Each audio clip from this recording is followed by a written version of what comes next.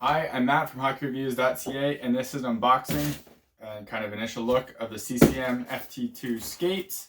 So we'll open this up, kind of take a peek right here. So let me just lay those down so I don't totally screw up the blades. And obviously we have the other one in there. So out of the box, what you get, obviously you get the skate itself, you get some instruction on how to use a new XS holder, and some baking instruction as well. You get a little pouch, and inside the pouch, I've actually gone over these before, are the Orthomove insoles right there. So those, I've done a full review of those, so I suggest you check that out if you're interested. And everything else, there's some warranty information in there, and that's about it. So we'll close this box, get it out of the way, and we'll look at the skate itself. So I did a full review of the Orthomove insole, so I'm just going to talk about this right now. Before, CCM used to offer these, which is kind of just a rivet cover, and the Orthomove insoles. Now they just offer the Orthomove insoles. So they're not that bad. Actually, I guess I'll go over them really quick. So they're yellow. They kind of look like Superfeet. I have a feeling that was kind of the idea, because Superfeet is pretty popular as an alternative insole. It's supposed to give you custom arch support. It has a piece of Velcro right here. And inside here is a bunch of little rubber tabs. And those rubber tabs Velcro onto the insole. And what that does is it gives you, it raises your insole or not. And these are a huge pain to get out from me. All right, so there's this nice little Velcro that these sit on. So you take it out and then you Velcro it right here. And now you have a high arch support system, and it's kind of a rubberized piece right there. I've tried these, I've used them. Like I said, I did a full review. I suggest you check it out. I'll link it after this video and in the description. I am not a huge fan of these. I just don't find them super comfortable. They don't work as well as I'd like. So I managed to grab a pair of these old CCM Curex. These ones are the mediums.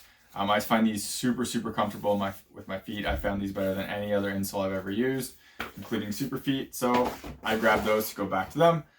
But anyways, on to the skate itself. So over here we have my Tacx AS1s, just for comparison. So my foot is more, the shape and the size of my foot is better in Tacx than it is Jetspeed. With that said, I wore FT1s. I really like certain things in the FT1s. The pain on my foot was not one of them. The one thing I really liked on them is how they used the light frame, where the AS1s use the mono frame.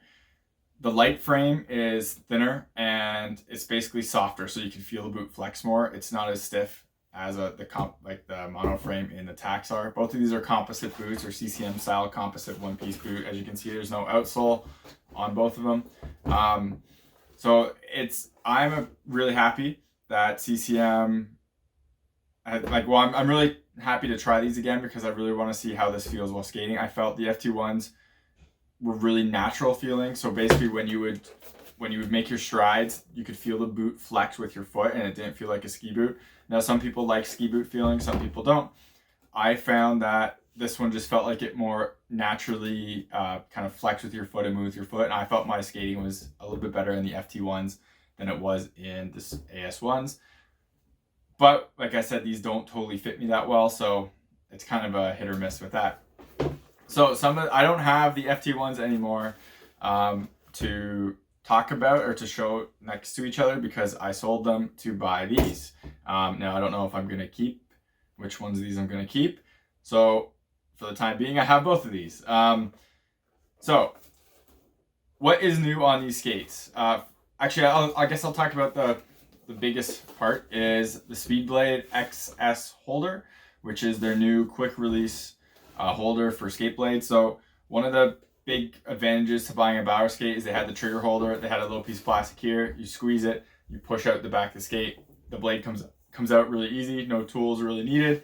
Where CCM has the old Speedblade 4.0 Plus, where it actually did have screws and a nut to hold it in place. You have to undo that to swap out the steel. So CCM went with the XS, or created the XS to be kind of their new version of the quick, kind of the trigger holder, the quick swapping. For the steel, because you'll kind of notice it's different. Normally AS1s have black steel. I put bionic blade steel in there. I find their steels last longer for an edge and has better glide than the black steel. You can see this sharpening with the black is already coming off of this because it's a crappy coating. It's not like step black, it's much lower quality. So with that said, we'll kind of show how this works. So you unscrew it that way, and then you pull, and that's it. So there's your blade, there's your holder. Now, I'm a pretty big fan of this and how easy this is. So let's throw it back in, just line up the front, put it in, then we push the back in, or it should. Push the back in, and then you tighten. And then sometimes if it's not going in right away, it's not in all the way, like it is right now. So you gotta undo it, put it back in, and then tighten it, and you're good. And that's it. Blade's in there, blade's not moving. It's a pretty decent design. I'm a fan of it. I'll do another video on this. So if you want more details, you can check that out. So that's kind of the big change. Lots of people are excited about this holder. I'm excited about it. It's much easier to switch out blades than this is. You don't have to fumble around with screwdrivers and kind of not like rivets to get everything to swap out blades. So with this skate itself, I will be going off my memory of my FT1s. So hopefully I remember most of this stuff. So one of the biggest things I noticed right away when putting these on was the tongue. And so it's kind of anatomical. You can see, hopefully you can see how it doesn't lay totally flat, or it's not totally the same anymore. Like you have more right here, and this one kind of flares out a bit. So that is a new feature right there. The one nice thing is the tongue now has this split down the middle for this piece right here. Now I had the problem with my FT1s is I would always have the tongue shift on me. I can't remember which way, but it would always shift on me. So one side had much more wear than the other. From my experiences so far, I haven't worn these on the ice yet, but from baking them and putting my feet, that wasn't an issue. The other nice thing is, so they still have this kind of beefy tongue, and it's pretty stiff.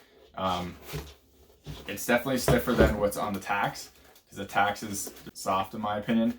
So this one is definitely a bit stiffer in that regard, but because of this segment right here, that segment makes it much more natural feeling, where when I put the FT1s on before, I always felt like it would kind of got in the way. I think that segment does a nice job of actually allowing the tongue to feel more natural and move on that. So the next biggest thing I noticed was the actual, kind of the construction right here and the softer comfort edges. So they're called comfort edges on Bauer skates. I can't remember what CCM calls them. CCM has had these for quite a while in their skates, but honestly, they were really bad before. The AS1 was the first pair that I've seen for quite a while that were actually soft, and even then it's not super soft, but it's still softer. The FT1s I had were totally solid and didn't move at all, and were just there for basically marketing reasons. These ones are nice and soft, you can see. So they're big, they're soft, they go quite a far way along the skate. It's kind of like a rubbery feeling. Great job on CCM there. They actually upgraded it. They made it good. The other thing that was pretty surprising to me is how thick this eyelet is. So you can see how, it's almost like there's a plastic out here. So this is much thicker than what the old ones were. It's much thicker than what my Tacks are. So hopefully that shows up on camera. I noticed it right away. It just gives me a bit more comfort in the skate itself. It makes me feel like this will be a bit more padded and protected in there. But it reminds me almost of Bauer's injected eyelet, just how thick that is. I'm not sure what the exact reasoning was for it, but anyways, that's what it was. So the next part you can kind of see on the inside is, so they redid the liner. I can't totally remember what the liner was in the original one. I think it was similar materials, but with that said, they have added, so they call it their Total Dry Pro, and it goes from, again, hopefully this all comes up kind of from right here all the way through, and it kind of goes down there. This is also going to be the wear guard for the eyelet, so the tongue doesn't just rip apart the inside of the skate. I like that material a lot. When I wore the FT1s, my heel would kind of get stuck, and you could hear it like the suction out of it. These ones, I haven't had that issue so far. I find the interior to be still snug, or very snug, but it's not as like grippy to a fault. Some people might need that extra grip. I don't, because my foot fits this pretty large, in the fact that my foot's pretty jammed in there. But so we'll see how that plays in the long run. Standard Jetspeed tendon guard, nothing special there. They don't do anything crazy like Bauer does. The one thing, I guess, the next thing that they really changed that I've noticed, it's kind of hard to show off, is so they really beefed up the ankle padding right here. So one of the big complaints people had were when they wore these, the ankles would just get crushed, or they would move, their ankles would move around too much because the padding in here wasn't thick enough. Also, as not being thick enough means it won't, like they couldn't get their ankles to really lock in place. I never had that problem, again, because my feet were so big. These are much thicker now. You can definitely feel the extra padding in the ankle area. It doesn't go all the way down the skate itself. So I would say it goes to about here. So all of this is much thicker. It stops about right there. And all of this right here is much thicker than what it was before, which is nice for added protection and comfort. Now down here, I had complaints with this skate for the first generation. Actually, I have complaints for this skate as well, with how thin the sidewalls are.